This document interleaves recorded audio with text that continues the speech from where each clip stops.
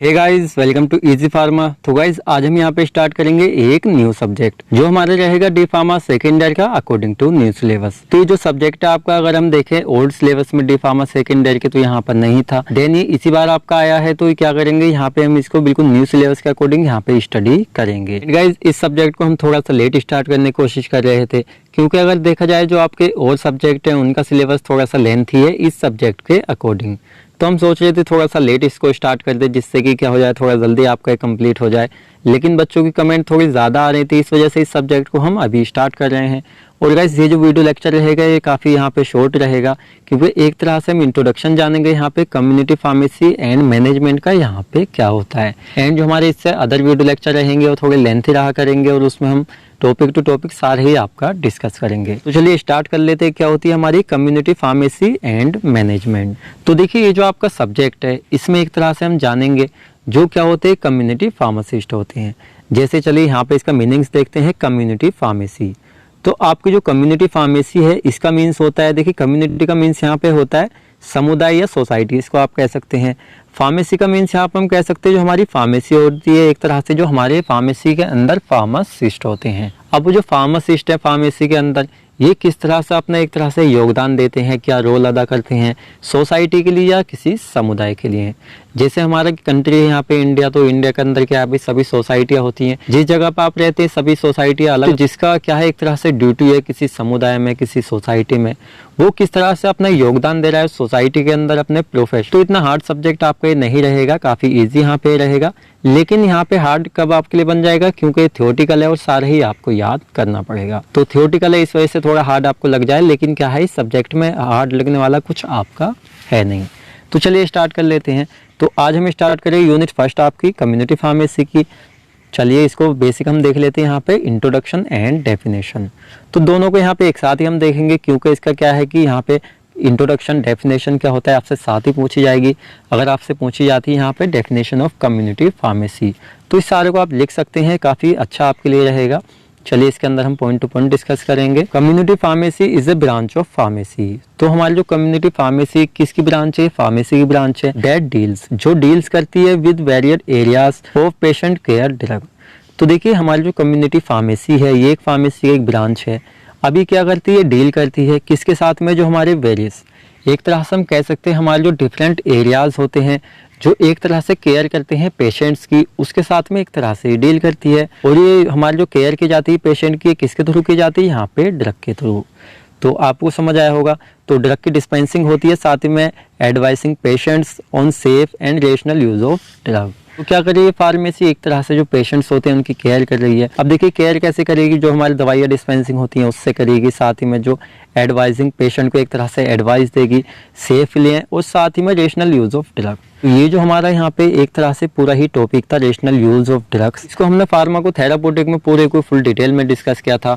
तो इसका मीनिंग्स होता है जो हमारे रेशनल होते हैं एक तरह से जो हमारी दवाइयाँ होती हैं, मेडिसिन्स होती हैं, उनका एक अच्छी तरीके से उचित तरीके से हम कैसे यूज़ कर सकते हैं किसी भी पेशेंट को ट्रीट करने के लिए या उसको थेरेपी देने के लिए। तो यही क्या होता है, इसका मीनिंग्स होता है। सीधा सीधा आप समझिए हमारी जो कम्युनिटी फार्मेसी होती है, कैसे उसके अंदर जो फार्मासिस्ट होते हैं वो पेशेंट की केयर करते हैं, उसको एक तरह से एडवाइजिंग देते हैं, ड्रग की डिस्पेंसिंग करते हैं, हमारी ड्रग्स होती है उनका एक अच्छी तरीके से यूज़ हो सकता है वो बताते हैं। तो यही सारा क्या होता है यहाँ पे काम होता है कम्युनिटी फार्मासिस्ट का। नेक्स्ट पॉइंट यहाँ पे हम देख लेते हैं, कम्युनिटी फार्मेसी और रिटेल फार्मेसी। तो देखिए कम्युनिटी फार्मेसी जो है इसको एक तरह से हम रिटेल फार्मेसी भी यहाँ पे कह सकते हैं, क्योंकि फार्मेसी है उसमें रिटेल क्या होता है, हमारी जो ड्रग होती है उनकी सेल यहाँ पे होती है। Is by far the most popular form of pharmacy.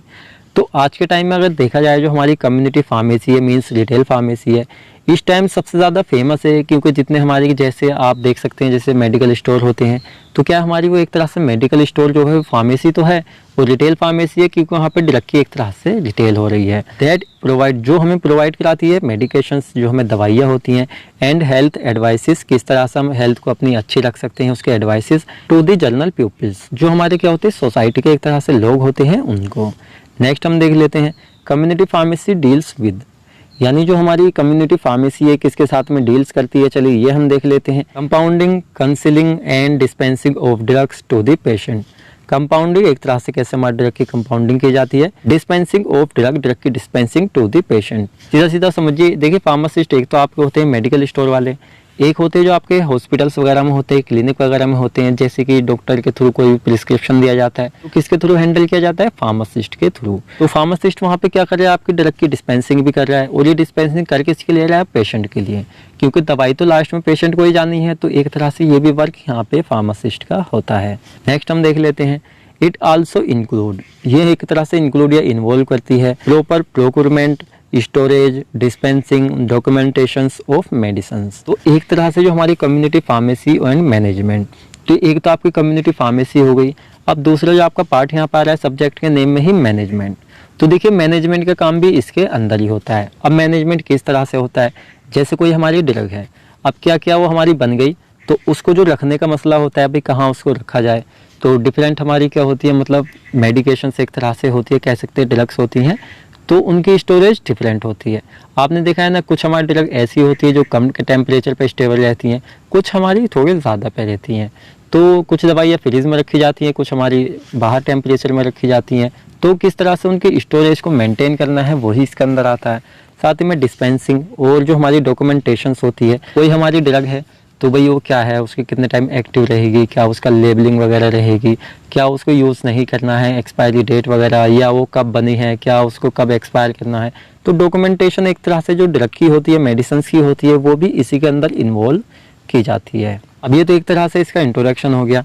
अब हम थोड़ा सा देखेंगे हमारे जो कम्युनिटी फार्मासिस्ट हैं, शुड, एक तरह से जो कम्युनिटी फार्मासिस्ट है उनकी क्या क्वालिफिकेशन होनी चाहिए, क्या क्या स्किल उनके अंदर एक तरह से होना चाहिए, ये यहाँ पे हम देखेंगे।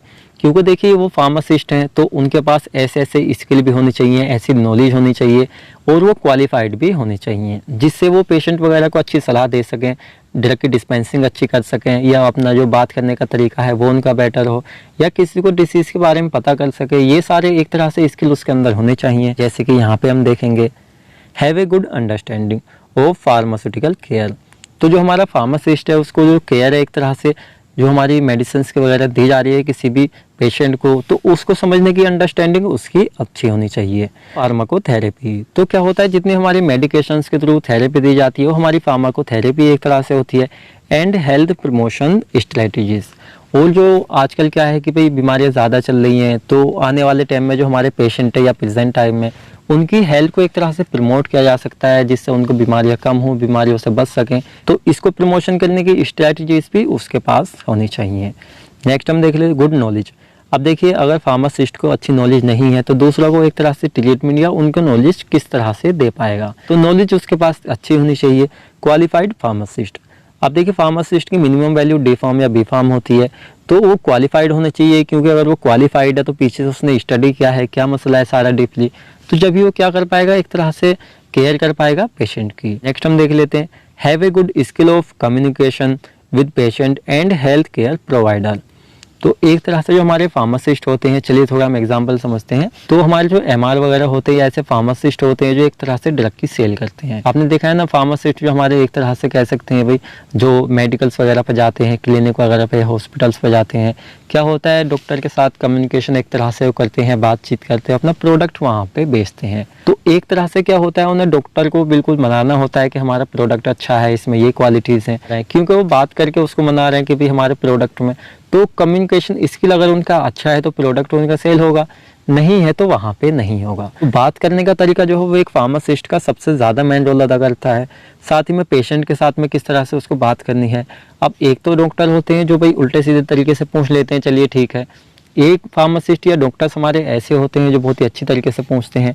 तो एक तरह से कम्युनिकेशन स्किल है फार्मासिस्ट का और पेशेंट के साथ में यहाँ पे अच्छा होना चाहिए। और हमारे जो हेल्थ प्रोवाइडर है उनके साथ में डॉक्यूमेंट एवरीथिंग इन ऑर्डर। तो जितने भी उसके पास डॉक्यूमेंट हैं, मान लीजिए या तो उसका अपना भी जो सर्टिफिकेट वगैरह है, जो भी चीज़ है, या दवाई से रिलेटेड उसके पास डॉक्यूमेंट्स हैं, जैसे कि चलिए मेडिकल स्टोर पर कोई भी दवाई को सेल कर रहा है, जो हमारी ड्रग है उसका बिल क्या है, उसकी डेट क्या है, उनकी एक्सपायरी कब होगी, तो ये क्या है सारे एक तरह से डॉक्यूमेंटेशंस एवरीथिंग क्या है इन ऑर्डर में होने चाहिए, एक तरह से सही तरीके से होने चाहिए। तो ये क्या थे, कुछ हमारा इंट्रोडक्शन था यहाँ पे कम्युनिटी फार्मेसी एंड मैनेजमेंट का। तो गाइस आई होप आपको पूरा ही समझ में आया होगा। अब भी आपका कोई पॉइंट रह जाता है जो अच्छे से आपको समझ नहीं आया है तो आप हमसे कमेंट सेक्शन में पूछ सकते हैं। और गाइस आपके जो अदर सब्जेक्ट 4 सब्जेक्ट है हॉस्पिटल फार्मेसी से अलग, तो उन सभी के वीडियो लेक्चर हमने अपलोड किए हुए हैं। आप चैनल की प्ले लिस्ट में जा सकते हैं और सीरियल वाइज उन सभी को वॉच कर सकते हैं। अगर आप हमारे चैनल पर नए हैं तो चैनल को सब्सक्राइब करें ऐसे ही वीडियो लेक्चर्स देखने के लिए। तो मिलते हैं जल्दी ही आपसे नेक्स्ट वीडियो लेक्चर में।